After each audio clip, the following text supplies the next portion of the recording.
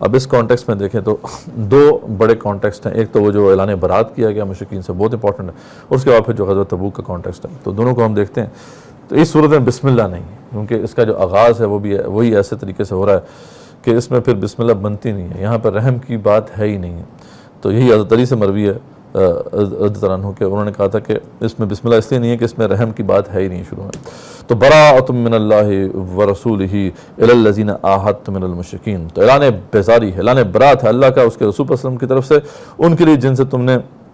عہد کر رکھا تھا مشرکوں میں سے۔ تو اب اعلان برات ہو گیا ان سے، فسیحوا فی الارض اربعۃ اشہر، تو اے مشرکو پس چل پھر لو زمین میں 4 مہینے تک، وَاعْلَمُوا أَنَّكُمْ غَيْرُ مُعْجِزِ اللَّهِ، جان لو کہ بے شک تم بے بس نہیں کر سکتے اللہ تعالیٰ کو، وَأَنَّ اللَّهَ مُخْزِي الْكَافِرِينَ، اور بے شک اللہ تعالیٰ جو ہے رسوا کرنے والا ہے کافروں کو، وَأَذَانٌ مِّنَ اللَّهِ وَرَسُولِهِ، اور اعلان عام ہے اللہ اس کے رسول صلی اللہ علیہ وسلم کی طرف سے، إِلَى النَّاسِ يَوْمِ الْحَجِّ الْأَكْبَرِ، لوگوں کے لیے بڑے حج کے دن، یہ اعلان عام ہے، ڈکلریشن ہے، أَنَّ اللَّهَ بَرِيءٌ مِّنَ الْمُشْرِكِينَ وَرَسُولُهُ، ورسول، بے شک اللہ بیزار ہے مشرکوں سے اور رسول صلی اللہ علیہ وسلم بھی بیزار ہیں، فَإِن تُبْتُمْ فَهُوَ خَيْرٌ لَكُمْ، اگر تم توبہ قبول کر لو تو تمہارے لیے بہتر ہے، وَإِن تَوَلَّيْتُمْ، اگر تم نے روگردانی کی، فَاعْلَمُوا، تو جان لو، أَنَّكُمْ غَيْرُ مُعْجِزِ اللَّهِ، تو جان لو کہ بے شک تم بے بس کرنے والے نہیں ہو اللہ تعالیٰ کو۔ وَبَشِّرِ الَّذِينَ كَفَرُوا بِعَذَابٍ أَلِيمٍ، اور اے نبی صلی اللہ علیہ وسلم خوشخبری سنا دیں ان لوگوں کو جنہوں نے کفر کیا ہے دردناک عذاب کی۔ اب یہ جو اعلان تھا اس میں جو 4 مہینوں کا دے دیا گیا، مطلب الٹیمیٹم دے دیا گیا کہ تمہیں 4 مہینے تک تم رہ سکتے ہو۔ اب یہ کون سے 4 مہینے، ان کے بارے میں کچھ اختلاف ہے۔ بعض مفسرین کہتے ہیں کہ وہ 4 مہینے وہی جو بیسیکلی حرام مہینے ہیں، ذوالقعدہ، ذوالحجہ اور رجب اور محرم، لیکن بعض کے نزدیک یہ ہے کہ 4 مہینے زیادہ تھے، اس کے بعد پھر اس میں اضافہ کر دیا گیا ان حرام مہینوں کا بھی، تو 4 مہینوں کی ویسی مدت ہوگی، اور اس کے بعد پھر 4 مہینے جو ہے یہ بھی آگے حرام مہینے، تو پھر محرم تک، محرم کے اینڈ تک کی ان کو مہلت دے دی گئی۔ بہرحال یہ 2 آراء ہیں لوگوں کی۔ الذین عاہدتم من المشرکین، سوائے ان کے جن سے تم نے ایک معینہ مدت کے لیے عہد کیا ہے مشرکوں میں سے، ثم لم ینقصوکم شیئا، پھر انہوں نے کمی نہیں کی عہد میں تمہارے ساتھ کچھ بھی، یعنی یہ ان لوگوں کے لیے الٹیمیٹم تھا جن کے ساتھ کوئی معاہدہ نہیں ہے، کوئی کانٹریکٹ نہیں ہے، ان کو الٹیمیٹم دے دیا 4 ماہ ہے تمہارے پاس، وہاں سے نکل جاؤ، یہاں سے مدینہ جو ہے مکے کی حدود سے نکل جاؤ، یعنی مسجد حرام اس کے آس پاس کے جو علاقے ہیں جو کہ بیسیکلی جزیرۃ العرب بنتا ہے، جزیرۃ العرب میں اس کے اطراف میں جہاں تک بھی یہ جو ہے مشرکین کے جو ہے قبائل تھے ان سب کو یہ الٹیمیٹم تھا، تو یہ صرف جو ہے صرف مشرکین مکہ کے لیے نہیں تھا، تو یہ جزیرۃ العرب کے حوالے سے تھا، اس پہ آگے ہم بات کریں گے انشاءاللہ۔ ہاں، سوائے ان مشرکین قبائل کے جن سے تمہارے کانٹریکٹس ہیں، اب ان سے کسی سے کانٹریکٹ 7 مہینے کا ہے، 8 مہینے کا ہے، سال کا ہے، تو وہ کانٹریکٹ سب پورا کرو تم، لیکن یہ کہ جو جن سے کوئی کانٹریکٹ نہیں ہے ان کو 4 مہینے کی مدت ہے۔ وَلَمْ يُظَاهِرُوا عَلَيْكُمْ أَحَدًا، اور نہ مدد کی تمہارے خلاف انہوں نے، یعنی ایسے کوئی قبائل ہیں جن سے تمہارا معاہدہ ہوا ہوا ہے صلح کا، اور انہوں نے کوئی صلح کو توڑا نہیں ہے، معاہدے کو توڑا نہیں ہے، تمہارا ساتھ دیا ہے، تمہارے خلاف کسی کی مدد نہیں کی، فَأَتِمُّوا إِلَيْهِمْ عَهْدَهُمْ إِلَىٰ مُدَّتِهِمْ، تو تم پورا کرو ان کے ساتھ ان کا عہد ان کی مدت تک، ان اللہ یحب المتقین، اللہ تعالیٰ بے شک جو ہے محبت کرتا ہے متقین سے۔ فَإِذَا انسَلَخَ الْأَشْهُرُ الْحُرُمُ، اور پھر جب گزر جائیں حرمت والے مہینے، اب یہاں پہ لوگ کچھ مفسرین کہتے ہیں کہ یہاں وہ حرمت والے مہینے in addition to those 4 months ہے، لیکن بعض نے کہا کہ وہ انہیں 4 مہینوں کی بات ہو رہی ہے، وہ 4 مہینے وہ انہیں کو حرمت والا مہینہ کہا گیا ہے۔ بہرحال اس میں جو بھی اختلاف ہے کہ یہ جب ختم ہو جائیں تو فَاقْتُلُوا الْمُشْرِكِينَ حَيْثُ وَجَدتُّمُوهُمْ وَخُذُوهُمْ وَاحْصُرُوهُمْ وَقْعُدُوا لَهُمْ كُلَّ مَرْصَدٍ، تو قتل کرو مشرکین کو جہاں بھی تم پاؤ، انہیں پکڑو، انہیں گھیرے میں لو انہیں، اور بیٹھو ان کی طاق میں، ہر گھات میں، فَإِن تَابُوا، اگر وہ توبہ کر لیں، وَأَقَامُوا الصَّلَاةَ، اور نماز قائم کریں، وَآتَوُا الزَّكَاةَ، اور زکوٰۃ ادا کریں، فَخَلُّوا سَبِيلَهُمْ، تو چھوڑ دو ان کا راستہ، إِنَّ اللَّهَ غَفُورٌ رَحِيمٌ، بے شک اللہ تعالیٰ غفور رحیم ہے۔ اب یہ وہ بات ہے کہ جو کئی جو ہے مدعیان دین جو ہیں آج، وہ جو سیلیبریٹی داعیز ہیں، ان کے لیے اب یہ پیش کرنا بڑا مشکل ہے، ٹھیک ہے، وہ پھر آگے پھر اپولوجیٹک ہوتے ہیں، بڑی پھر اپولوجیز پیش کرتے ہیں، دیکھیں نہیں جی یہ تو اصل میں وہ اس کے لیے تھا، یہ اس کانٹیکسٹ میں تھا، یہ وہاں پہ تھا، اس معاملے میں تھا، یہ صرف اس دور کے لیے تھا، یہ صرف اس دور کے مشرکین کے لیے تھا، حالانکہ کوئی بات نہیں ہے، یہ اللہ تعالیٰ کا فیصلہ ہے، یہ آج بھی اس طریقے سے لاگو ہے جیسا کہ اس زمانے میں تھا۔ تو یہ بات کہنا کہ یہ صرف ان مشرکین کے لیے تھا، یہ بنی اسماعیل کے لیے تھا، یہ بالکل غلط بات ہے، یہ درست اس کی تفسیر نہیں ہے۔ تو جہاں پہ بھی تم انہیں پاؤ قتل کرو، ٹھیک ہے جی،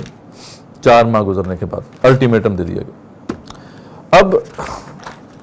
وَإِنْ أَحَدٌ مِّنَ الْمُشْرِكِينَ اسْتَجَارَكَ فَأَجِرْهُ حَتَّى يَسْمَعَ كَلَامَ اللَّهِ، اور اب اگر کوئی مشرکوں میں سے پناہ مانگے آپ سے تو پناہ دیں اسے یہاں تک کہ وہ سن لے اللہ کا کلام۔ ہاں اس دوران اگر یہ 4 ماہ گزرنے کے بعد کوئی مشرک جو ہے وہ کہتا ہے مجھے پتہ ہی نہیں چلا آپ کون سا کلام لے کر آئے ہیں،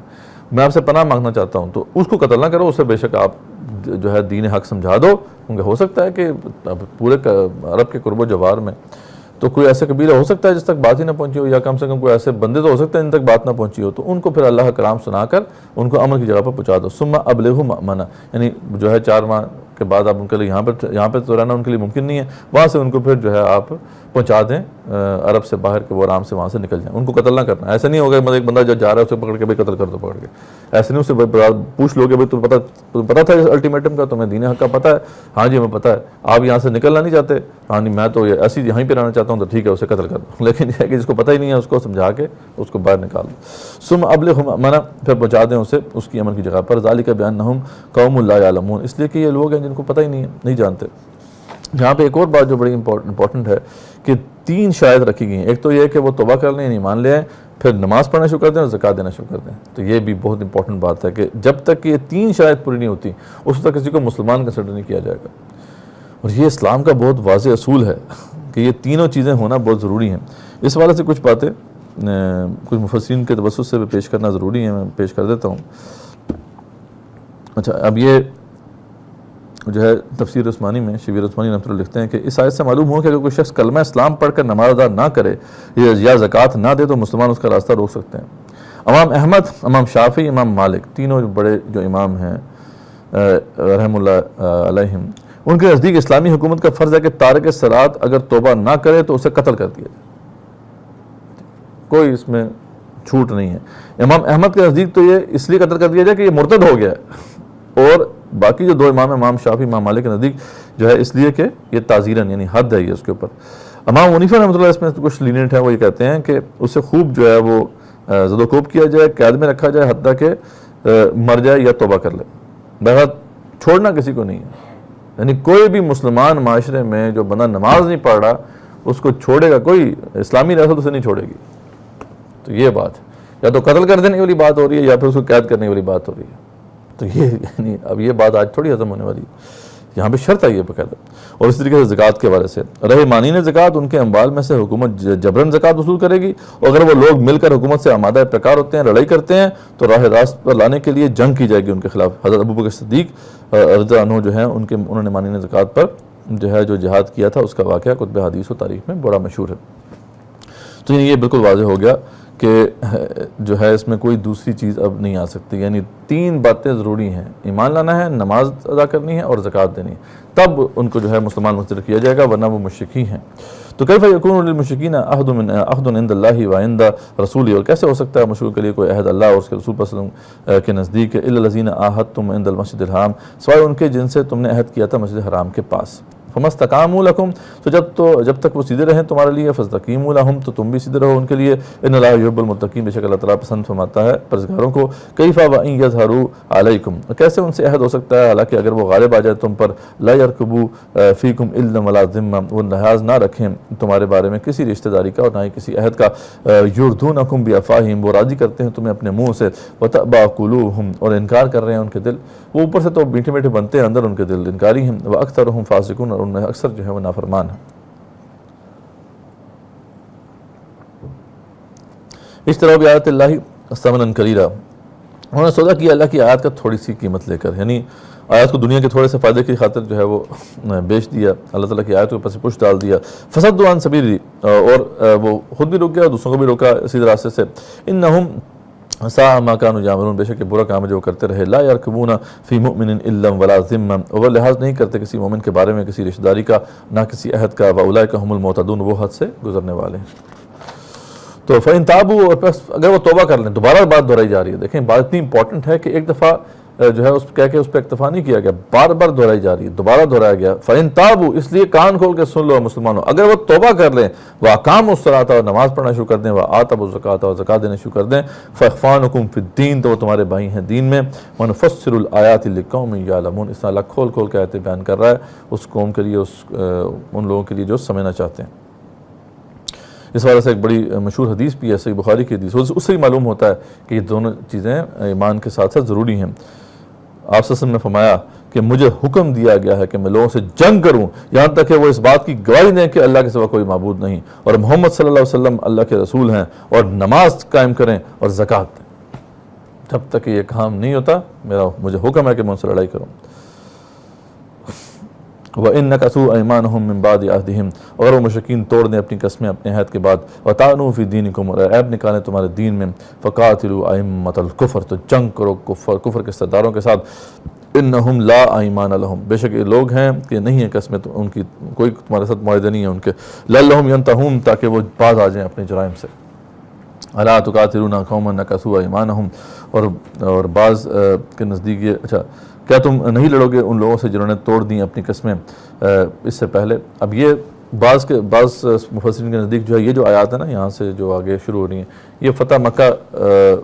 سے پہلے نازل ہوئی تھی، لیکن یہ ہے کہ مولانا مودودی رحمۃ اللہ جو لکھتے ہیں وہ کہتے ہیں کہ نہیں، یہاں پہ سلسلہ کلام ٹوٹتا نہیں ہے، یہ پاس کی ایک بات ہے جو بتائی جا رہی ہے، ٹھیک ہے، پاس میں ایسا ہوا تھا، لیکن کانٹیکسٹ وہی ہے کہ جب اعلان برات ہو گیا اس وقت جو مشکل حالات تھے مسلمانوں کو درپیش، اس کانٹیکسٹ میں پھر یہ آیت نازل ہو رہی ہیں۔ تو اس میں بارہ تھوڑا سا اختلاف ہے، لیکن مولانا مودودی رحمۃ اللہ کی جو بات ہے اس میں کافی وزن ہے، واللہ اعلم۔ جو ہے ذکر ہو رہا ہے کہ بنو خزاع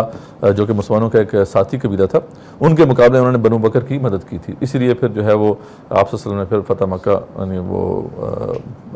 جو ہے رمضان 8 ہجری میں مکے پر پھر چڑھائی کی تھی اور مکہ فتح کیا تھا، کیونکہ ان کی طرف سے عہد شکنی ہوئی تھی، انہوں نے عہد توڑا تھا۔ تو اللہ اس کا ذکر فرما رہے ہیں کہ وَهَمُّوا بِإِخْرَاجِ الرَّسُولِ، اور انہوں نے منصوبہ بنایا آپ صلی اللہ علیہ وسلم کو مکے سے نکالنے کا، ان کو کیسے تم جو ہے معاف کر سکتے ہو، ہم بدؤکم اول مرہ، اور انہوں نے ابتدا کی تھی تمہارے ساتھ پہلی مرتبہ زیادتی کی، یعنی انہوں نے زیادتی پہلی دفعہ کی تھی، اتخشونہم، کیا تم ڈرتے ہو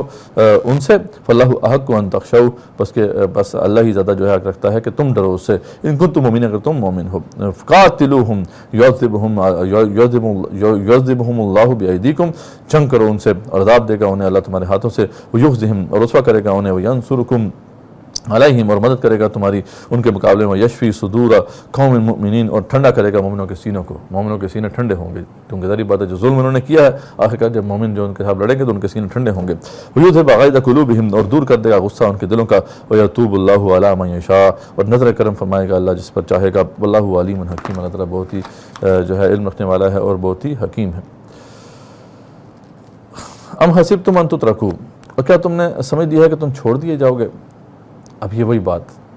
یعنی ریفرنس ٹو پیج 1 وہاں سے بات شروع ہوئی تھی، وَلَنَبْلُوَنَّكُمْ بِشَيْءٍ مِّنَ الْخَوْفِ وَالْجُوعِ وَنَقْصٍ مِّنَ الْأَمْوَالِ وَالْأَنفُسِ وَالثَّمَرَاتِ وَبَشِّرِ الصَّابِرِينَ، میں تمہیں لازماً آزما کے رہوں گا، خوف سے، بھوک سے، مالوں کی کمی سے، جانوں کی کمی سے، رزقs کی کمی سے، اور بشارت انہیں کے لیے ہوگی جو ڈٹے رہیں گے۔ اللہ نے بار بار پورے قرآن میں، اب یہ دیکھیں 9 ہجری آ گیا، 9 سال گزر گئے ہیں اس خطبے کو جو اللہ تعالیٰ نے ارشاد فرمایا تھا، پھر دوبارہ اس سے یاد کروا رہے ہیں کہ دیکھو ام حسبتم ان تترکوا، اور بائی دا وے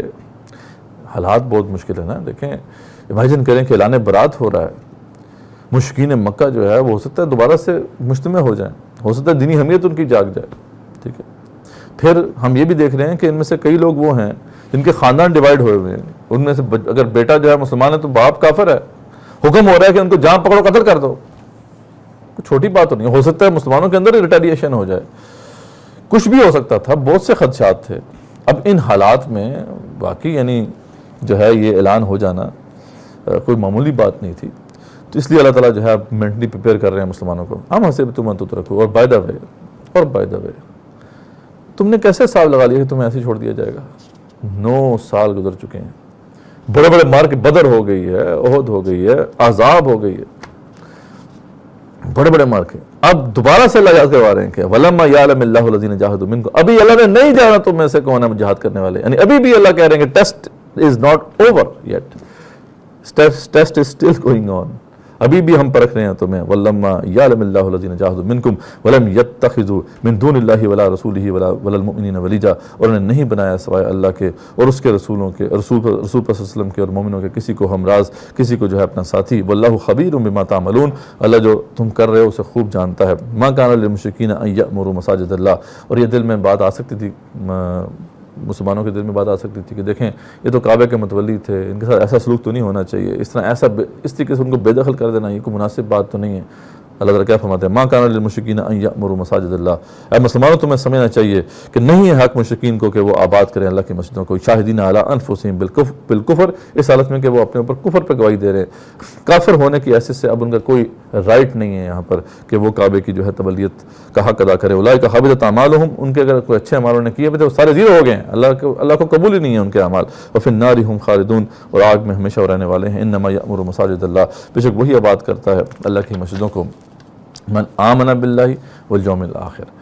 مسلمان تم صحیح حقدار ہو یہاں کے، وہی حقدار ہو سکتا ہے کعبے کی تولیت کا، کعبے کی ذمہ داری اسی کو دی جا سکتی ہے جو اللہ کو مانتا ہے، آخرت کو مانتا ہے، وَأَقَامَ الصَّلَاةَ، نماز قائم کرنے والا ہے، وَآتَى الزَّكَاةَ، اور زکوٰۃ ادا کرنے والا ہے، وَلَمْ يَخْشَ إِلَّا اللَّهَ، اور جو نہیں ڈرتا مگر اللہ سے، فَعَسَىٰ أُولَٰئِكَ أَن يَكُونُوا مِنَ الْمُهْتَدِينَ، اور پس امید ہے کہ یہ لوگ ہوں گے ہدایت پانے والوں میں سے۔ اجعلتم سقایۃ الحاج وعمارۃ المسجد الحرام، اے مسلمانوں کیا تم سمجھ رہے ہو کہ حاجیوں کو پانی پلانا اور مسجد حرام کو آباد کرنا کمن آمن باللہ والیوم الآخر، اس کے برابر ہو سکتا ہے کہ کوئی اللہ کو مانے اور آخرت کو مانے، وجاہد فی سبیل اللہ، اور جہاد کرے اللہ کے راستے میں۔ حاجیوں کو پانی پلانا، مسجد حرام کی خدمت کرنا، اس کو آباد کرنا، یہ جو ہے نا کرائٹیرین نہیں ہے اللہ کے نزدیک۔ اللہ کے نزدیک جو ہے وہ یہ کرائٹیریا ہے، جو اللہ کو مانتا ہے، آخرت کو مانتا ہے اور جہاد کرتا ہے اللہ کے راستے میں، تو صحیح معنوں میں کعبے کی تولیت جو ہے ان کے ہاتھ میں ہوگی، وہی حقدار ہوں گے جو یہ کام کریں گے۔ لا یستوون عند اللہ، برابر نہیں ہوں گے اللہ کے نزدیک یہ دونوں کبھی بھی۔ واللہ لا یہدی القوم الظالمین، اللہ تعالیٰ ہدایت نہیں دیتا ظالم لوگوں کو۔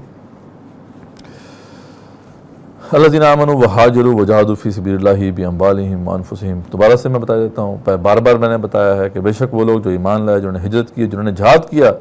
اللہ کے راستے میں اپنے مالوں سے، اپنی جانوں سے، اعظم درجۃ عند اللہ، ان کے لیے بہت عظیم درجے ہیں اللہ کے پاس۔ واولئک هم الفائزون، یہی لوگ ہیں جو پھر کامیاب ہونے والے ہیں۔ یبشرہم ربہم برحمۃ منہ ورضوان، خوشخبری دیتا ہے انہیں ان کا رب اپنی طرف سے رحمت اور رضامندی کی۔ وجنات لہم فیہا نعیم مقیم، ان کے لیے ایسے باغ ہیں جن میں دائمی جو ہے وہ نعمت ہوگی، خالدین فیہا ابدا، رہیں گے اس میں وہ ہمیشہ ہمیش۔ ان اللہ عندہ اجر عظیم، اور بے شک اللہ ہی کے پاس جو ہے شاندار بدلہ ہے۔ یا ایھا الذین آمنوا لا تتخذوا آباءکم واخوانکم اولیاء، اور اے ایمان والو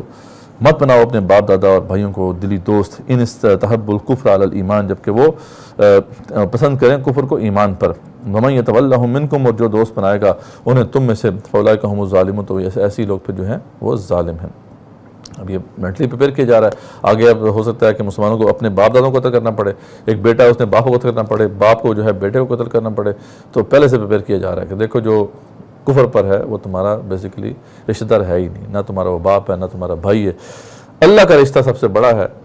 اس کو تم اپنے ذہن میں رکھو۔ قل ان کان آباؤکم وابناؤکم واخوانکم وازواجکم وعشیرتکم واموال اقترفتموها وتجارہ تخشون کسادها ومساکن ترضونها احب الیکم من اللہ ورسولہ وجہاد فی سبیلہ فتربصوا حتی یأتی اللہ بامرہ واللہ لا یہدی القوم الفاسقین۔ کانٹیکسٹ دیکھیں کیا ہے، مسلمانوں کو جو ہے ہو سکتا ہے اپنے باپ کو قتل کرنا پڑے، کسی کو بیٹے کو قتل کرنا پڑے، کسی کو بھائی کو قتل کرنا پڑے، اللہ تعالیٰ کیا اصول بیان فرما رہے ہیں، یہ اصول ہم سب کے لیے ضروری پتہ ہے، اصول تو وہی رہے گا۔ اے رسول اللہ انہیں بتا دیں کہ کان کھول کے سن لو سب لوگوں کہ بے شک اگر تمہارے باپ، تمہارے بیٹے، تمہارے بھائی، تمہاری بیویاں، تمہارے رشتہ دار، ان سب کی محبت، یعنی 5 رشتے آ گئے اس میں، واموال اقترفتموها وتجارہ، وہ مال جن کو تم جمع کرتے ہو، وہ تجارتیں تخشون کسادها، جن کا ماند پڑنے کا، جن کا جو ہے وہ خراب ہونے کا تمہیں ڈر رہتا ہے، ومساکن ترضونها، اور وہ گھر جو تم بڑے شوق سے بناتے ہو، اگر ان سب کی محبتیں زیادہ ہیں تمہارے نزدیک، احب الیکم من اللہ، اللہ کی محبت سے، ورسولی، اس کے رسول کی محبت سے صلی اللہ علیہ وسلم، وجہاد فی سبیلی، اور جہاد فی سبیل اللہ کرنے کی محبت سے، تو فتربصوا، تو پھر انتظار کرو، حتی یأتی اللہ بامرہ، یہاں تک اللہ کا فیصلہ آ جائے، واللہ لا یہدی القوم الفاسقین، اللہ ایسے فاسقوں کو ہدایت نہیں دیتا۔ بہت ہی واضح طور پہ ٹیسٹ، ایک ترازو اللہ تعالیٰ نے ہمیں پکڑا دیا ہے۔ اب ہم دیکھ لیں 8 محبتیں ایک طرف ڈالنی ہیں ہم نے، 3 محبتیں دوسری طرف ڈالنی ہیں، ادھر پڑھ اگر ادھر بھاری ہوتا ہے تو پھر ہدایت نہیں مل سکتی، چاہے اہدنا الصراط المستقیم کی تکرار جاری رہے، چاہے بار بار آپ اہدنا الصراط المستقیم کہیں، رو رو کے کہیں، روزانہ تہجد پڑھ کے کریں، یہ ہدایت ملنے والی نہیں ہے۔ جب تک کہ 3 محبتیں ان کا پردہ بھاری نہیں ہو جاتا، اللہ، اس کے رسول صلی اللہ علیہ وسلم کی محبت اور جہاد کرنے کی محبت، جہاد فی سبیل اللہ کی محبت۔ یہاں محبت کے تو دور کی بات ہے، یہاں تو اس سے بھاگتے ہیں، وہ جہاد فی سبیل اللہ کو قبول ہی نہیں کرتے لوگ کہ یہ بھی کوئی ذمہ داری ہے۔ اس کی محبت ہونی چاہیے جہاد فی سبیل اللہ کے دل کے اندر۔ تو جب تک یہ 3 محبتیں اگر یہ بھاری نہیں ہیں اور باقی 8 محبتیں جو ہیں وہ بھاری ہو گئی ہیں، تو پھر اللہ فرماتے ہیں انتظار کرو یہاں تک اللہ کا فیصلہ آ جائے۔ اللہ ایسے فاسقوں کو ہدایت کبھی نہیں دیتا۔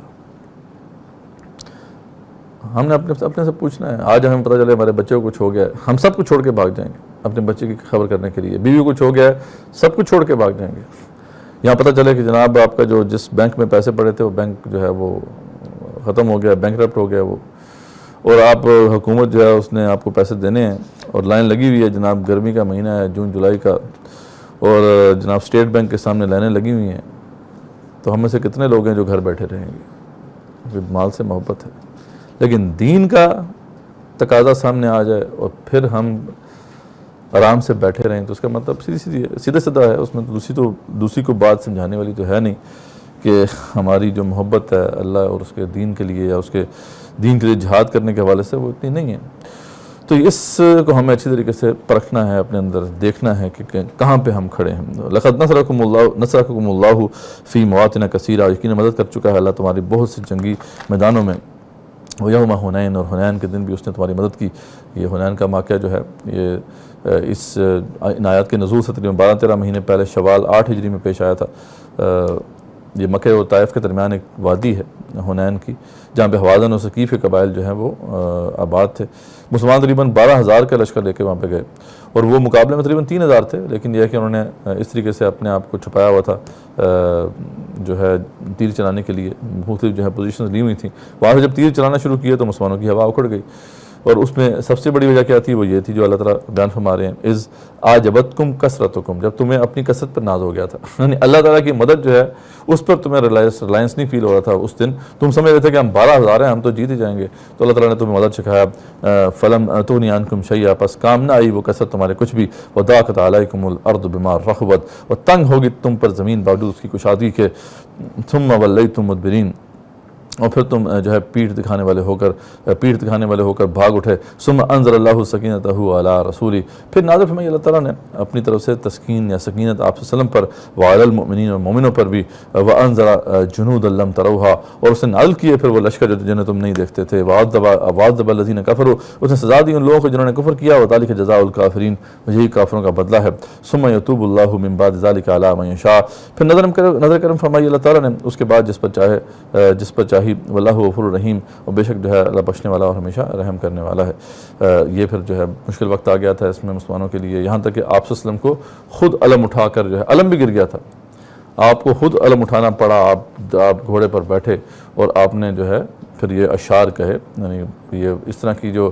آپ کی جو پرسنالٹی ہے وہ اس طرح سامنے نہیں آتی تھی، لیکن اس وقت ضرورت تھی تو آپ صلی اللہ علیہ وسلم کی وہ پرسنالٹی بھی سامنے آتی ہے، اور آپ نے پھر وہ شعر کہتے ہوئے جو ہے وہ آگے اپنا گھوڑا جو ہے وہ بڑھایا کہ انا النبی اللہ کذب انا ابن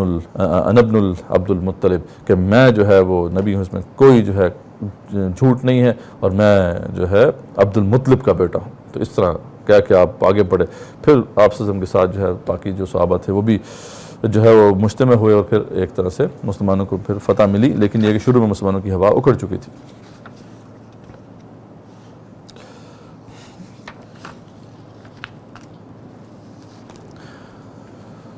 تو اب یہاں پر آیت نمبر 28 سے پھر جو ہے ایک بہت ہی اہم بحث ہے، اس کا آغاز ہو رہا ہے، اور ایک طرح سے کنکلوژن ہے وہ ساری بحث کا جو ابھی تک ہم نے بات پڑھی ہے، اس کا ایک طرح سے کنکلوژن بھی ہے یہاں پر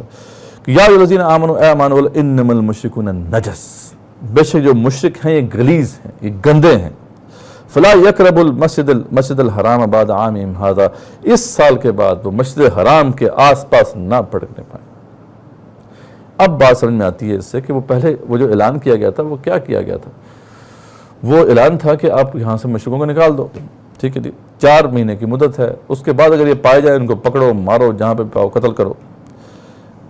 یہاں پہ اللہ تعالیٰ کیا فرما رہے ہیں کہ اب جب تم نے نکال دیا ان کو وہاں سے، تو اب اس کے بعد ان کو واپس نہیں آنے دینا،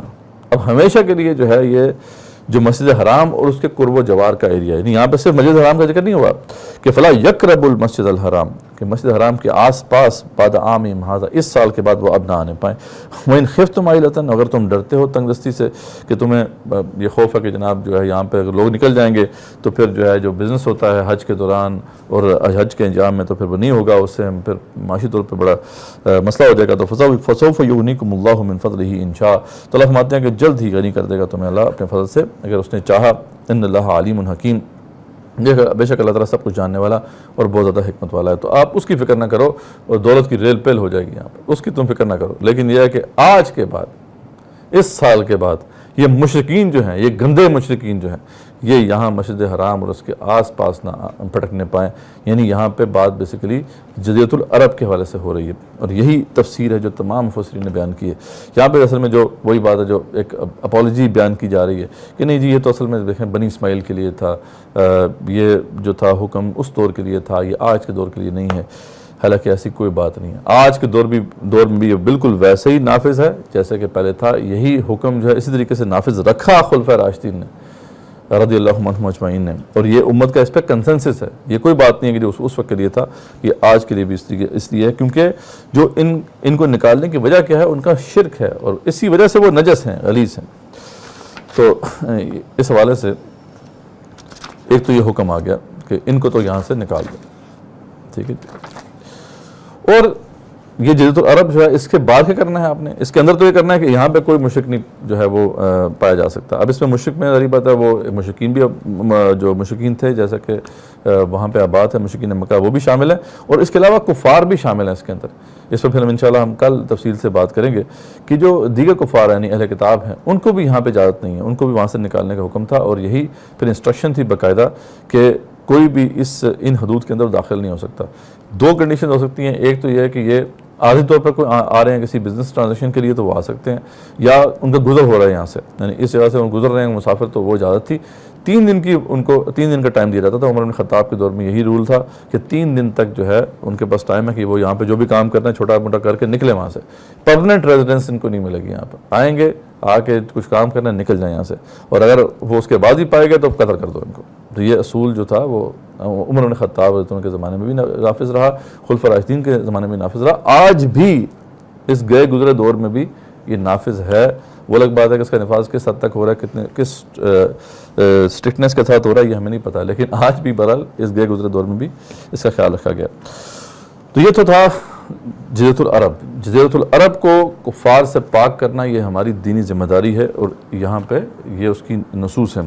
اس سے باہر کیا کرنا ہے؟ قاتل الذین لا یؤمنون باللہ ولا بالیوم الاخر. اس سے آگے جو ہے اس سے باہر رہ تو سکتے ہیں مشرک، یہاں تو رہ نہیں سکتے نا، یہ جو گندے لوگ ہیں اس کے آس پاس تو رہ نہیں سکتے. اس کے بیونڈ اب جائیں گے تو رہ تو سکتے ہیں کفار، لیکن نیچے ہو کے ان سے قتال کرو جو نہیں مانتے اللہ کو، نہیں مانتے آخرت کو. ولا یحرمون ما حرم اللہ ورسولہ، جو حرام نہیں سمجھتے اسے جسے حرام کیا اللہ اس کے رسول صلی اللہ علیہ وسلم نے. ولا یدینون دین الحق، اور قبول نہیں کرتے سچے دین کو. من الذین اوتوا الکتاب، جو اہل کتاب میں بھی ہیں. حتی یؤتوا الجزیۃ عن ید وہم صاغرون، یہاں تک کہ وہ جزیہ دیں اور چھوٹے ہو کے رہیں، یعنی ذلیل ہو کے رہیں، کمتر ہو کے رہیں، سیکنڈ گریڈ سٹیزنز ہو کے رہیں، تو تب ٹھیک ہے ان کے لیے جائز، اور جزیہ پہ کریں تو تب ان کے لیے یہ اجازت ہے کہ یہ رہ سکتے ہیں، ورنہ یہ نہیں رہ سکتے. کیوں؟ آپ سوال پیدا ہوتا ہے کیوں؟ وقالت الیہود عزیر ابن اللہ. سوال پیدا ہو سکتا تھا کہ یہ تو جو ہے اہل کتاب ہیں، یہ تو مشرک نہیں ہے، یہ تو شرک نہیں کرتے. اللہ نے کہا نہیں، یہ بھی شرک کرتے ہیں،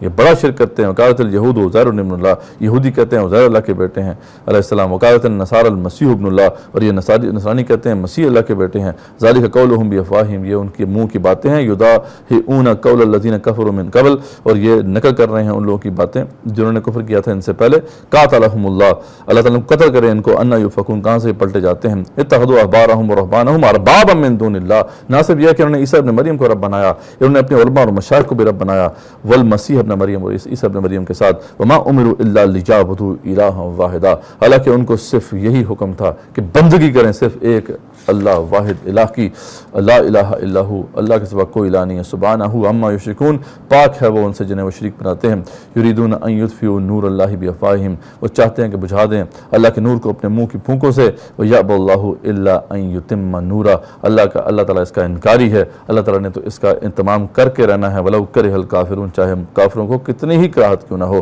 اور اس نے تو رسول کو یہی مشن دے دیا تھا، هو الذی ارسل رسولہ بالہدیٰ، وہی ہے جس نے بھیجا اپنے رسول کو سچا دین دے کر اور ہدایت دے کر، بدین الحق کی، اور دین حق دے کر، لیظہرہ علی الدین کلہ، تاکہ اسے تمام دینوں پر غالب کر دے، ولو کرہ المشرکون، چاہے مشرکوں کو کتنی ہی کراہت کیوں نہ ہو۔ یا ایھا الذین آمنوا ان کثیرا من الاحبار والرہبان لیأکلون اموال الناس بالباطل ویصدون عن سبیل اللہ والذین یکنزون الذہب والفضة ولا ينفقونها فی سبیل اللہ فبشرهم بعذاب علیم۔ صدق اللہ العظیم۔ رب اشرح لی صدری ویسر لی امری واحلل عقدۃ من لسانی یفقہوا قولی واجعل لی وزیرا من اہلی، آمین یا رب العالمین۔ ہم نے جس مقام پہ ختم کیا تھا کل، سورہ توبہ کی ہم نے جو آیات ہیں، یہ آیت نمبر 28، 29 اور اس کے بعد پھر اس سے لے کے 32 تک کی جو آیات ہیں، یہ آیات جو ہیں ان کے اندر جو شروع کی جو بات جہاں سے سورہ توبہ کا آغاز ہوا تھا، وہاں سے لے کے یہاں تک جو ہے مباحث کا ایک طرح سے خلاصہ، ایک نچوڑا جو آ جاتا ہے۔ تو اس پہ ہم نے کہا تھا کہ آج ہم کچھ تفصیلاً بات کریں گے، کیونکہ اس میں کئی اشکالات ہیں ان آیات کے حوالے سے، یعنی آیت نمبر 1 سے لے کے آیت نمبر 32 تک یہ جو آیات ہیں، اس حوالے سے بہت سے پھر اشکالات ہیں۔ کچھ اشکالات بس کریٹ کر دیے گئے ہیں اپنے تاریخ اسلام میں، کبھی ان پہ بحث نہیں، یعنی کبھی اس پہ اختلاف نہیں ہوا کسی کا، لیکن یہ ہے کہ آج وہ جو ہے کسی وجہ سے بس ان کو جو ہے ہائی لائٹ کر دیا گیا ہے، تو اس کو تاکہ کلیریفائی کر دیں ہم اچھے طریقے سے اور بات ہمارے سامنے بالکل واضح طور پہ آ جائے۔ سب سے پہلے کیونکہ اس کا بالکل آغاز جو ہے وہ بڑی سخت آیات سے ہوتا ہے، ہم نے دیکھا تھا کہ 4 مہینے کی مہلت جو ہے دے دی گئی مشرکین عرب کو، اور ان سے کہہ دیا گیا کہ دیکھو یہاں سے نکل جاؤ، ورنہ پھر کیا ہوگا کہ تمہیں قتل کر دیا جائے گا یہاں پر، جہاں بھی پائے جائیں 4 مہینے کے بعد ان کو پکڑو اور قتل کر دو۔ اب یہ ایک بڑی سخت آیات ہے، بظاہر ایک بڑا سخت حکم معلوم ہوتا ہے، تو اس لیے پھر جو ایک اپالوجیز پیش کی جاتی ہیں ویسٹ کو خاص طور پہ، یا خود مسلم معاشروں کے اندر بھی جو ہے اس کی، کیونکہ اس کا شعور نہیں ہے، اس لیے وہاں پہ بھی اس پہ کافی حد تک جو ہے لوگ جو ہیں اپالوجیٹک انہوں نے اس پہ موقف جو ہے وہ اختیار کیا ہے۔ اب اس میں مختلف جو ہے انداز میں اس کو پیش کیا گیا ہے، یعنی ایک فار ایگزامپل ایک موقف یہ ہے کہ جی یہ جو تھا یہ عذاب استیصال کی ایک صورت تھی، جیسے کہ پرانی قوموں میں عذاب آتا تھا، عذاب استیصال وہ ہوتا ہے جو کہ جڑ سے ختم کر دیتا ہے کسی قوم کو، جیسے ہم دیکھتے ہیں قوم نوح کے اوپر آیا، قوم جو ہے وہ سمود کے اوپر آیا، قوم عاد کے اوپر آیا، تو یہ جی اس طرح کی ایک صورت تھی، اور اس کا تعلق خاص طور پہ رسول اکرم صلی اللہ علیہ وسلم کی ایک جو ہے نا وہ بعثت خصوصی سے تھا کہ آپ صلی اللہ علیہ وسلم کی 2 حیثیتیں ہیں، یعنی آپ کی 2 بعثتیں ہیں۔ ایک ہے آپ کی جو بعثت ہے وہ عربوں کی طرف ہوئی ہے، اور دوسری بعثت جو ہے آپ کی پھر عالمی ہے، وہ تمام انسانوں کی طرف ہے۔ تو کیونکہ وہ جو خاص آپ کا تعلق تھا سرزمین عرب سے یا عربوں کی طرف آپ بھیجے گئے تھے، تو اس پہ آپ نے ان کے تمام حجت کر دیا تھا، اس لیے اب ان کے اوپر اللہ کا عذاب جو ہے نازل ہونا تھا، تو اس لیے یہ کہا گیا کہ ان کو جو ہے قتل کر دو۔ یہ بات درست نہیں ہے۔ رسول اکرم صلی اللہ علیہ وسلم کی کوئی 2 بعثتیں نہیں ہیں، ان کی جو بعثت ہے وہ اس کی نوعیت ایسی ہے کہ وہ ایک ہی اللہ تعالیٰ نے اس کو بیان کیا ہے کہ وما ارسلناک الا کافۃ للناس بشیرا ونذیرا، رسول اکرم صلی اللہ علیہ وسلم کو تمام بنی انسان کے لیے بھیجا گیا ہے، بشیر بنا کر اور نذیر بنا کر، ڈرانے والا بنا کر اور بشارت دینے والا بنا کر۔ تو ولکن اکثر الناس لا یعلمون، لیکن اکثر لوگ جو ہے وہ جانتے نہیں ہیں۔ اور اس طریقے سے فرمایا سورہ انبیاء میں کہ وما ارسلناک الا رحمۃ للعالمین، اور آپ کو ہم نے نہیں بھیجا مگر تمام جہان والوں کے لیے رحمت بنا کر۔ تو آپ صلی اللہ علیہ وسلم کی جو بعثت ہے اس کی ایک ہی حیثیت ہے، وہ کوئی 2 حیثیتیں نہیں ہیں۔ اگر 2 حیثیتیں ہوتی تو قرآن میں اللہ تعالیٰ نے ڈیفائن کر دیا ہوتا، ایسی کوئی بات نہیں ہے۔ تو پھر یہ کیا ماجرا ہے، یہاں پہ اتنا سخت حکم کیوں دیا گیا ہے؟ تو ہم نے اس کو تفصیل سے واضح کیا تھا کہ یہ بیسیکلی حکم جو ہے یہ سرزمین عرب سے متعلق ہے، یعنی مسجد حرام اس کے قرب و جوار میں جو بھی پھر قبائل آباد تھے اس وقت، وہ تقریباً ہم کہہ سکتے ہیں کہ عربین پیننسولا جو ہے، یہ جو جزیرۃ العرب ہے، اس کے اطراف میں جو بھی قبائل جو آباد تھے ان کو یہ الٹیمیٹم دے دیا گیا، اس وجہ سے دے دیا گیا، وہ بات جو ہے یہاں پہ کلیئر ہوتی ہے ہمارے سامنے کہ ان کو جو نکالنے کی وجہ کیا تھی، آخر کیا وجہ تھی کہ انہیں کہا گیا کہ 4 مہینے کے بعد وہاں سے نکل جائیں۔ اللہ تعالیٰ نے اس کو خود ڈیفائن کیا ہے کہ انما المشرکون نجس، یہ ان کو نکالنے کی وجہ یہ ہے کہ مشرکین جو ہیں وہ گندے ہیں، وہ ناپاک ہیں، اس لیے ان کے وجود کو مسجد حرام اور اس کے قرب و جوار سے پاک کرنا ہے، یہ اصل مقصود ہے۔ یہاں پہ اللہ تعالیٰ نے ان کو نکالنے کی وجہ یہ نہیں بیان کی کہ جی آپ صلی اللہ علیہ وسلم کے ایک خاص جو ہے ان کی بعثت خاص ان کے لیے تھی، بعثت خصوصی جو تھی وہ عربوں کے لیے تھی، تو اس لیے جو ہے ان کے اوپر عذاب استیصال تھا۔ تو یہ بات چونکہ اللہ تعالیٰ نے نہیں کی تو پھر یہ اخذ ہی کی گئی ہے، اور اخذ بھی جو ہے صحیح نہیں کی گئی ہے، کیونکہ دیکھیں عذاب استیصال تو وہ ہوتا ہے جس میں سب جو ہے نا جو نہیں مانتے ان سب کا کلا کم ہو جاتا ہے، سب کی جڑ جو ہے وہ کاٹ دی جاتی ہے، یعنی نسل بھی آگے ان کی نہیں چلتی۔ جبکہ یہاں پہ کیا یہ کیسا عذاب استیصال تھا کہ ان کو موقع بھی دیا جا رہا ہے کہ 4 مہینے کے بعد بھی اگر کوئی مشرک رہنا چاہتا ہے تو وہ سرزمین عرب میں نہیں رہ سکتا، وہاں سے نکل جائے بے شک، ٹھیک۔ تو یعنی یہ عذاب استیصال بن ہی نہیں سکتا، اس سے کہا ہی نہیں جا سکتا کہ یہ عذاب استیصال ہے یا ایسا عذاب ہے جس سے پھر جو ہے قوموں کو تباہ کر دیا جاتا تھا۔ اللہ تعالیٰ خود ان کو موقع دے رہا ہے کہ 4 مہینے کے بعد وہاں سے نکل جاؤ۔ اصل ریزن وہی ہے جو اللہ نے بیان کی ہے، تو اپنے پاس سے ہم اخذ نہ کریں، ہمیں وہی چیز لینی چاہیے جو اللہ تعالیٰ نے بیان کی۔ اللہ تعالیٰ نے کیا بیان کیا ہے کہ دیکھو ان کو نکالنے کی وجہ کیا تھی، یا ایھا الذین آمنوا انما المشرکون نجس، یہ مشرکین جو ہیں وہ گندے ہیں، غلیظ ہیں، فلا یقربوا المسجد الحرام بعد عامہم ھذا، اس سال کے بعد وہ مسجد حرام کے آس پاس نہ پھٹکیں، وَإِنْ خِفْتُمْ عَیْلَةً فَسَوْفَ يُغْنِیکُمُ اللّٰہُ مِنْ فَضْلِهِ إِن شَاءَ، وہ ہم نے پڑھ لیا تھا۔ تو یہ بیسیکلی پہلا اشکال ہے جو کہ ہمیں دور کرنا ہے۔ جب پھر دوسرا جو اشکال اس حوالے سے ہمارے سامنے آتا ہے یا کھڑا کیا جاتا ہے وہ یہ کہ یہ جو یقرب المسجد الحرام سے کیا مراد ہے، یعنی اس میں بعض اکثر جو ہے بحث ہے کہ یہ مسجد حرام کی حدود ہیں یا اس سے بیونڈ بھی کوئی ایریا ہے۔ تو اس میں بالکل کوئی شک کی بات نہیں ہے کہ اللہ تعالیٰ نے مسجد حرام نہیں کہا اس میں، اگر تو خالی مسجد حرام کا کہا ہوتا تو پھر تو یہ اس کی حدود تک ہی محدود ہوتی بات، لیکن بات ہوئی ہے یقرب المسجد الحرام، تو اس سے معلوم ہوتا ہے کہ مسجد حرام اور اس کے قرب و جوار کا سارا علاقہ اس میں شامل ہو جاتا ہے، اور اس کی اشارت ہوئی قرآن میں موجود ہے۔ الٹیمیٹم کہاں سے دیا گیا نکالنے کا، وہ پورے جزیرۃ العرب سے دیا گیا تھا، اس لیے تمام جو بھی عرب قبائل تھے جو یہاں تک یمن تک پھیلے ہوئے تھے ان سب سے یہ جو ہے جو سب سے اعلان تھا کہ آپ 4 مہینے کے بعد یہاں سے نکل جائیں۔ تو ظاہری بات ہے جب وہ نکال دیے گئے وہاں سے، جب 4 مہینے ختم ہو گئے تو پھر کیا کہا گیا کہ اب اس کے بعد یہ اس کے اندر نہ آنے پائیں، یعنی اس ایریا میں اندر جو ہے داخل نہ ہونے پائیں۔ تو ظاہری بات ہے جہاں سے نکالا گیا تھا وہیں سے پھر جو ہے دوبارہ ان کو جو ہے روکنے کے لیے یہ حکم جو ہے صادر ہوا، تو اس میں بڑا واضح ہے، اور تمام مفسرین نے یہی اس کو بیان کیا ہے۔ ابن کثیر فرماتے ہیں کہ اللہ تعالیٰ احکم الحاکمین اپنے پاک دین والے، پاکیزگی اور طہارت والے مسلمان بندوں کو حکم فرماتا ہے کہ وہ دین کی روح سے نجس مشرکوں کو بیت اللہ شریف کے پاس نہ آنے دیں۔ یہ آیت سن 9 ہجری میں نازل ہوئی، اسی سال آپ صلی اللہ علیہ وسلم نے جو ہے حضرت علی رضی اللہ عنہ کو حضرت ابوبکر صدیق رضی اللہ عنہ کے ساتھ بھیجا اور حکم دیا کہ مجمع حج میں اعلان کر دو کہ اس حال کے بعد کوئی مشرک حج کو نہ آئے، اور کوئی ننگا شخص جو ہے بیت اللہ شریف کا طواف اب نہیں کرے گا۔ اس شرعی حکم کو اللہ تعالیٰ نے قادر القیوم نے یوں ہی پورا کیا کہ نہ وہاں مشرکوں کو داخلہ نصیب ہوا، نہ کسی نے اس کے بعد عریانی کی حالت میں اللہ کے گھر کا طواف کیا۔ اس طریقے سے امام قرطبی اس آیت کے حوالے سے فرماتے ہیں، یعنی یہی جو بات ہے کہ فلا یقرب المسجد الحرام، وہ کہتے ہیں کہ اسی وجہ سے اسی جو المسجد الحرام اس لفظ کا اطلاق پورے حرم پر کیا جاتا ہے، یہی حضرت عطا کا مذہب ہے۔ تب پورے حرم میں کسی مشرک کو داخل ہونے کی قدرت دینا حرام ہوگا، پس جب کوئی ان کی طرف سے ہمارے پاس قاصد آئے، امام مقام جو ہے وہ حل کی طرف نکلے تاکہ وہ پیغام سن سکے جو وہ کہتا ہے، اور اگر کوئی مشرک چھپ کر حرم پاک میں داخل ہو اور وہ مر گیا تو اس کی قبر اکھیڑ کر اس کی ہڈیاں نکال لی جائیں گی، اس لیے کہ اس کے اندر داخل ہونا جائز نہیں ہے۔ اور رہا جزیرۃ العرب اور یہ مکہ مکرمہ، مدینہ، یمامہ، یمن اور اس کی بستیوں پر مشتمل ہے، تو بس امام مالک رحمۃ اللہ علیہ نے کہا ہے کہ جو بھی دین اسلام پر نہیں ہے وہ ان مقامات سے نکل جائے، اور اس بارے میں متردد مسافروں کو نہیں روکا جائے گا۔ تو معلوم ہوا کہ یہ چیز جو ہے اس کے نہ صرف یہ ہے کہ مسجد حرام کی حدود سے متعلق ہے، بلکہ اس میں یہ علاقے بھی آتے ہیں، مدینہ، یمامہ، یمن اور اس کی آس پاس کی بستیاں بھی یہاں پہ ان میں شمار ہوتا ہے ان کا۔ پھر اس طرح امام شافعی رحمۃ اللہ نے کہا کہ مگر آپ نے اس سے یمن کو مستثنیٰ قرار دیا، یعنی یمن کو جو ہے امام شافعی کے نزدیک یمن اس میں نہیں آتا، لیکن یہ ہے کہ باقی علاقے اس میں آتے ہیں، بس تھوڑا سا فرق یمن کے حوالے سے ہے، باقی یہ تب انڈرسٹینڈنگ سب کی ہے۔ ان کے لیے 3 دنوں کی مدت جو ہے مقرر کی جائے گی، جیسا کہ حضرت عمر فاروق انہوں نے ان کے لیے اتنی مدت مقرر کی جس وقت آپ نے انہیں جلا وطن کیا، یعنی نہ تو اس میں دفن کیا جائے گا اور نہ انہیں جو ہے حل کی طرف پناہ دی جائے گی۔ تو کلیئر ہو گیا کہ یہاں پر حضرت عمر بن خطاب کے دور میں بھی یہ حکم نافذ تھا، اور یہ آج تک بھی نافذ کسی حد تک حدود حرم تک تو ہے۔ وہ الگ بات ہے کہ جزیرۃ العرب جو ہے وہ اب تو اس کی کوئی ہمارے پاس کنٹرول بھی اس طریقے سے نہیں ہے، لیکن یہ کہ حدود حرم تک تو یہ بھی لاگو ہے کہ وہاں پر کوئی کافر جو ہے نہیں جا سکتا۔ لیکن اصل بات یہ ہے کہ مسجد حرام اور اس کے قرب و جوار میں یہ تمام جو ہے علاقے شامل ہیں، جس میں یمامہ کا علاقہ ہے، مدینہ اور اس کے آس پاس کی جو بستیاں ہیں۔ شبیر انصاری رحمۃ اللہ نے بھی اس کی یہی تفسیر کی ہے اسی طریقے سے دیگر جو مفسرین نے اس کی تفسیر کی ہے. تو یہ بات بھی کلیئر ہوگی کہ یہاں پر جزیرۃ العرب کی بات ہو رہی ہے، اس سے مسجد حرم کی مسجد جو حرام ہے اس کی حدود کی بات نہیں ہو رہی ہے. اچھا، پھر تیسرا ایک الجھن یہاں پہ کھڑی کی جاتی ہے کہ کیا قتال کا جو حکم ہے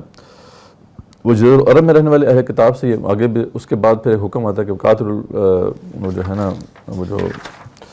قاتل الذین لا یؤمنون باللہ ولا بالیوم الاخر ولا یحرمون ما حرم اللہ ورسولہ، قتال کرو ان سے جو اللہ تعالیٰ کو نہیں مانتے، آخرت کو نہیں مانتے، اور جو حرام نہیں ٹھہراتے جیسے اللہ تعالیٰ اس کے رسول پر سب نے حرام ٹھہرایا. تو اب یہاں پہ ان کے بات آئی تھی ولا یدینون دین الحق، اور نہ ہی دین حق کو تسلیم کرتے ہیں، من الذین اوتوا الکتاب، جو اہل کتاب میں بھی ہیں. اب اہل کتاب کا ذکر یہاں پہ جو کیا گیا ہے ڈیفینیٹلی وہ اس لیے کیا گیا ہے کہ ان کی ایک خاص حیثیت ہے، اور یہاں پہ ان کو شامل کیا گیا ہے ان مشرکوں میں جن کا ذکر پہلے ہوا ہے. یعنی اس لیے پھر اللہ تعالیٰ نے ان کے جو شرک کے حوالے سے آگے بتا بھی دیا کہ یہ کیسے مشرک ہیں. تو یہاں پہ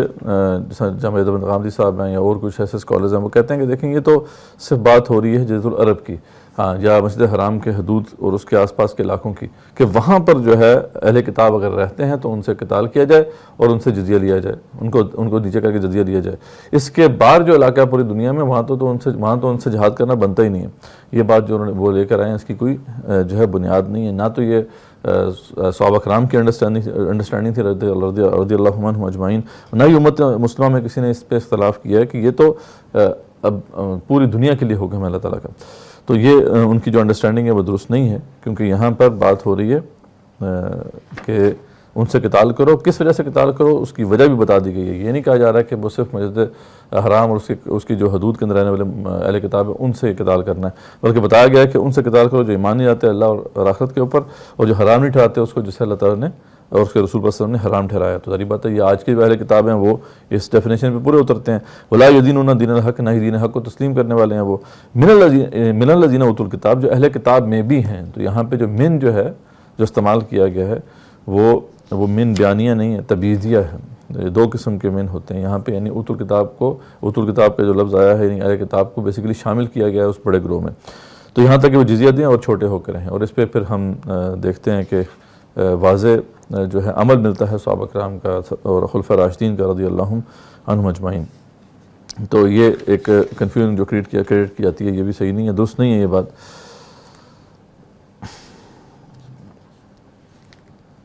ایک اور جو ہے اس حوالے سے الجھن یہ ہے کہ جزیہ صرف جو ہے مشرکین سے لیا جائے گا یا اہل کتاب سے بھی لیا جائے گا، کیونکہ صرف اہل کتاب ہیں ان کا ذکر آیا کہ ان سے جزیہ لو، کیا مشرکین سے بھی لیا جائے گا جزیہ. تو اس حوالے سے بھی ایک طرح سے کنسنسس ہے کہ ہاں سرزمین عرب کے اندر، جزیرۃ العرب کے اندر نہ تو مشرکین سے جو ہے وہ جزیہ لیا جائے گا، نہ ہی اہل کتاب سے جزیہ لیا جائے گا، کیونکہ دونوں کو وہاں سے نکال دینا ہے آپ نے. وہاں تو رہ ہی نہیں سکتے، نہ اہل کتاب رہ سکتے ہیں وہاں پہ نہ ہی مشرکین رہ سکتے ہیں. ہاں جزیرۃ العرب سے باہر دونوں سے ہی جزیہ لیا جائے گا. کچھ لوگوں کا اختلاف ضرور ہے کہ مشرکین سے جزیہ باہر کہیں بھی نہیں لیا جائے گا. تو لیکن یہ ہے کہ وہ پھر اس پہ بڑا سخت پھر حکم لگاتے ہیں کہ یہاں پہ بھی قتل کر دیا جائے اور باہر بھی ان کو نظر آئے تو ان کو بھی الٹیمیٹم دے دیا جائے، قتل کر دیا جائے. لیکن وہ ایکسٹریم رائے ہے. اصل بات یہ ہے کہ جس پہ جمہور علماء کا اتفاق ہے کہ جو جزیرۃ العرب کا علاقہ ہے، عربین پینسویلا ہے، اس میں نہ تو جو ہے مشرکین کو رہنے دیا جائے گا نہ اہل کتاب کو رہنے دیا جائے گا. دونوں کو الٹیمیٹم دے دیا جائے گا کہ آپ وہاں سے نکل جائیں. اور یہی انڈرسٹینڈنگ تھی جو کہ جو شروع سے چلی آ رہی ہے. خود رسول اکرم صلی اللہ علیہ وسلم نے بھی یہی بات کی تھی کہ جو ہے یہود کو وہاں سے نکالو. اس لیے جو ہے یہاں پہ ابن کثیر فرماتے ہیں کہ اس آیت سے استدلال کر کے بعض نے فرمایا کہ جزیہ صرف اہل کتاب سے اور ان جیسوں سے ہی لیا جائے گا اور مشرکوں سے نہ لیا جائے گا، جیسے مجوسی ہیں. چنانچہ ہجر کے مجوسیوں سے آپ صلی اللہ علیہ وسلم نے جزیہ لیا تھا. امام شافعی رحمۃ اللہ کا یہی مذہب ہے اور مشہور مذہب امام احمد کا بھی یہی ہے. امام منیفہ کہتے ہیں کہ سب اجمیوں سے لیا جائے گا، خواہ وہ اہل کتاب ہوں خواہ مشرک ہوں. ہاں عرب میں سے صرف اہل کتاب سے ہی لیا جائے گا. امام مالک فرماتے ہیں کہ جزیہ کا لینا تمام کفار سے جائز ہے، خواہ وہ کتابی ہوں یا مجوسی ہوں یا بت پرست ہوں. اچھا، اس کے بعد پھر جو ہے شبیر احمد عثمانی رحمۃ اللہ اس حوالے سے لکھتے ہیں کہ اس کے بعد صحیح حدیث سے ثابت ہوا کہ آپ صلی اللہ علیہ وسلم نے جزیرۃ العرب سے مشرکین اور یہود و نصارہ سب کے نکال دینے کا حکم دیا تھا. یہ حدیث سے بھی ثابت ہے. چنانچہ آپ صلی اللہ علیہ وسلم کی آخری وصیت کے موافق حضرت عمر رضی اللہ عنہ کے زمانے میں یہ حکم عملاً نافذ ہوا اور اب بطور استیلاء کفر کے وہاں رہنے پر مسلمانوں کو رضامند ہونا جائز نہیں، بلکہ تطہیر جزیرۃ العرب بقدر استطاعت ان کا فریضہ ہے. اسی طرح جو ہے ہم دیکھتے ہیں کہ مختلف مفسرین نے بھی اس واقعے کو کوٹ کیا ہے کہ آپ صلی اللہ علیہ وسلم نے وہاں سے جو یہود تھے ان کو بھی ان کے بارے میں کہا تھا کہ ان کو نکال دیا جائے یہاں پر.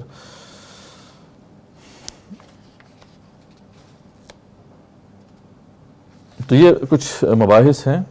ان آیات سے متعلق. مشکل ہے یعنی ان کو سمجھنا کیونکہ بہت سی کنفیوژن کریٹ کر دی گئی ہے. تو بس میں سمری آپ کے سامنے کر دوں کہ یہ جو حکم ہے جو بڑا سخت حکم ہے بظاہر یہ بیسیکلی جزیرۃ العرب کے لیے ہے اور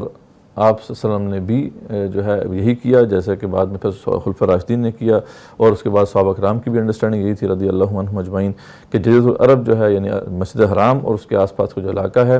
وہاں پر کفار جو ہے وہ نہیں رہ سکتے کیونکہ وہ نجس ہیں گندے ہیں. یہ ان میں جو ہے دونوں کا شمار ہوتا ہے. مشرکین جو مشرکین ہیں عام مشرکین وہ بھی مشرکین مکہ جو اس وقت تھے وہ بھی اور اس کے بعد جو بھی مشرک ہوگا وہ وہاں پہ نہیں جا سکتا. اسی طریقے سے اہل کتاب بھی وہاں پہ نہیں جا سکتے. وہ بھی شرک کرتے ہیں. اللہ تعالیٰ نے ان کے شرک کا ذکر پھر آگے کر دیا کہ انہوں نے وقالت یہود و عزیر ابن اللہ یہود جو ہیں وہ عزیر کو اللہ کا بیٹا بناتے ہیں. وقالت النصارى المسیح ابن اللہ اور جو ہے یہ نصارہ جو ہیں وہ عیسیٰ ابن مریم علیہ السلام کو اللہ کا بیٹا بناتے ہیں. تو شرک کرتے ہیں وہ بھی اسی طرح شرک کرتے ہیں جیسا کہ باقی جو مشرکین شرک کرتے ہیں. تو اس لیے اب یہ بھی جزیرۃ العرب کے اندر جو ہے وہ نہیں رہ سکتے. ان کو الٹیمیٹم دے دیا جائے گا. اب تو ظاہری بات ہے کہ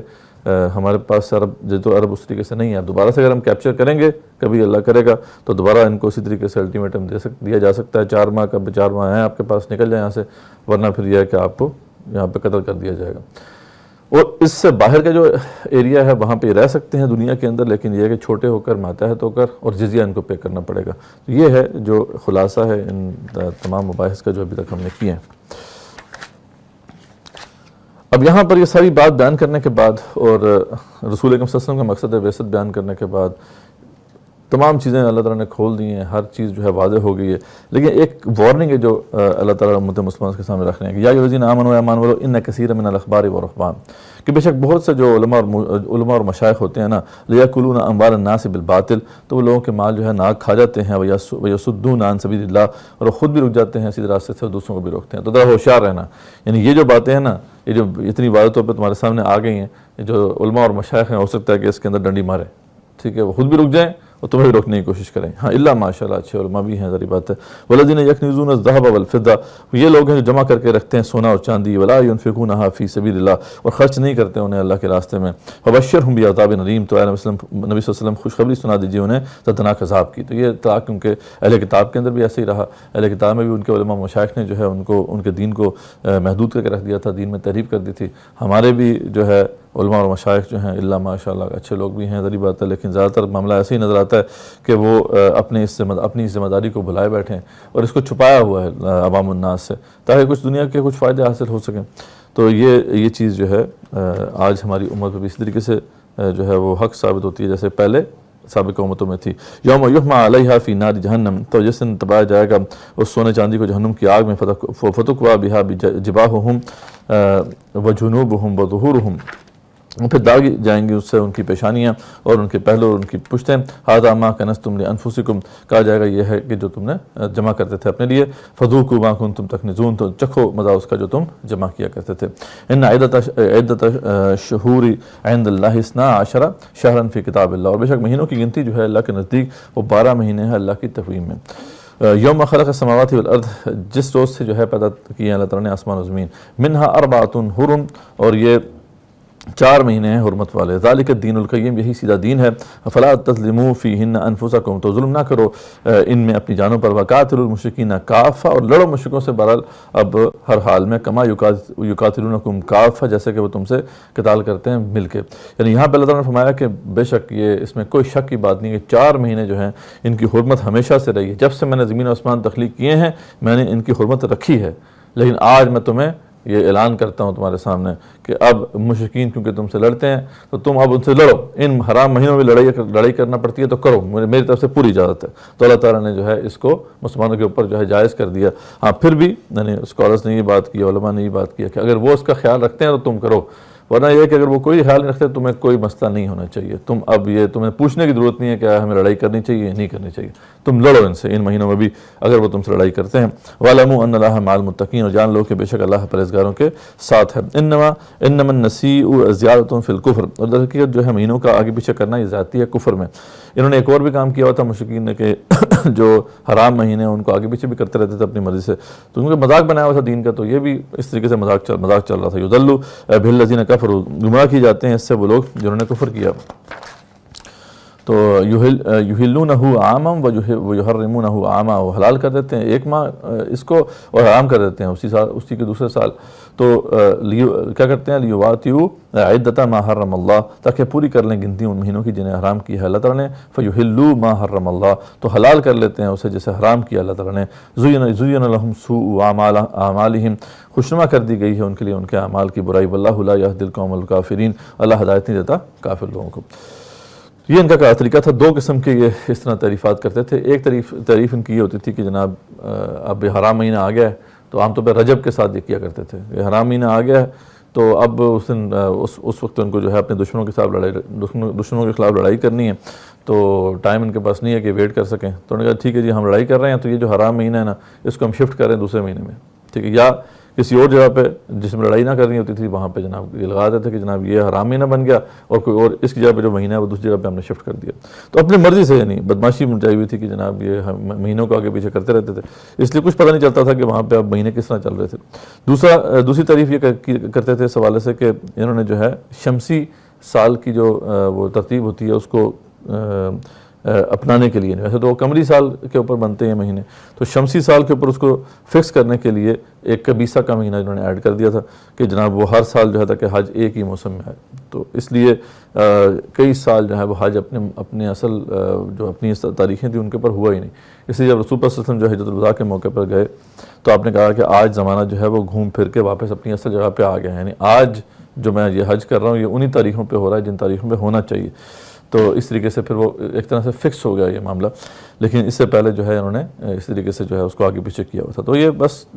کھیل تماشا بنایا ہوا تھا دین کو، تو اپنی مرضی سے جہاں مرضی کر دیا، تو یہ ساری زیادتی ہے اللہ طرف ہمارے کہ ان کو ایسا نہیں کرنا چاہیے تھا۔ تو یا ایھا الذین آمنوا، اب یہاں سے جو خطاب شروع ہو رہا ہے یہ تبوک سے پہلے کا خطاب ہے، یعنی غزوہ تبوک جس کا میں پس منظر ہم پہلے بیان کر چکے ہیں، وہاں کی جب تیاریاں ہو رہی تھی ابھی اب آپ صلی اللہ علیہ وسلم جو ہے لوگوں کو اس کے لیے تیار کر رہے تھے، جہاد کا شوق دلا رہے تھے، اور اس وقت منافقین کا بھی طرز عمل سامنے آ رہا تھا، اہل ایمان جو ہے وہ آگے بڑھ کر جو ہے لبیک کہہ رہے تھے، تو اس کانٹیکس میں پھر جو ہے یہ آیات نازل ہوئیں، تو اس کو ذہن میں رکھیں، ایک بہت ہی پاورفل خطبہ ہے اللہ تعالیٰ کی طرف سے، اس میں خاص طور پہ مسلمانوں کو جو خاص طور پہ جن کے اندر کچھ نہ کچھ ایمان ہے ان کو جذبہ جہاد دلایا گیا ہے، ان کو یاد کرایا گیا ہے کہ اس دین کی غرض و غایت کیا ہے، دین کا مقصد کیا ہے، اور وہ لوگ جو کہ پیچھے ہٹ رہے ہیں منافقین ہیں ان کو بھی زجر و توبیخ کی جا رہی ہے، ان کو سمجھایا جا رہا ہے، ان کو ڈرایا جا رہا ہے کہ ایسا نہ کریں اور سیدھے طریقے سے اللہ کی بات کو مانیں۔ تو اب ہم یہ خطبہ ہے اس کا آغاز کرتے ہیں۔ یا ایھا الذین آمنوا ما لکم اذا قیل لکم انفروا فی سبیل اللہ اثاقلتم الی الارض، اے ایمان والو تمہیں کیا ہو گیا ہے،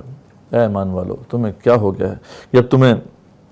کہا جاتا ہے کہ نکلو اللہ کے راستے میں جہاد کے لیے تم زمین سے لگے جاتے ہو، اور رضیتم بالحیات الدنیا من الآخرہ، کیا تم راضی ہو گئے اس دنیاوی زندگی میں آخرت کو چھوڑ کر؟ کیا دنیاوی زندگی کے اتنی قیمتی ہے کہ تم اس کے لیے اسی خاطر اپنی آخرت کو چھوڑ دو؟ فما متاع الحیات الدنیا فی الآخرۃ الا قلیل، حالانکہ دنیاوی زندگی کی حیثیت کیا ہے، آخرت کے مقابلے میں بہت تھوڑی ہے،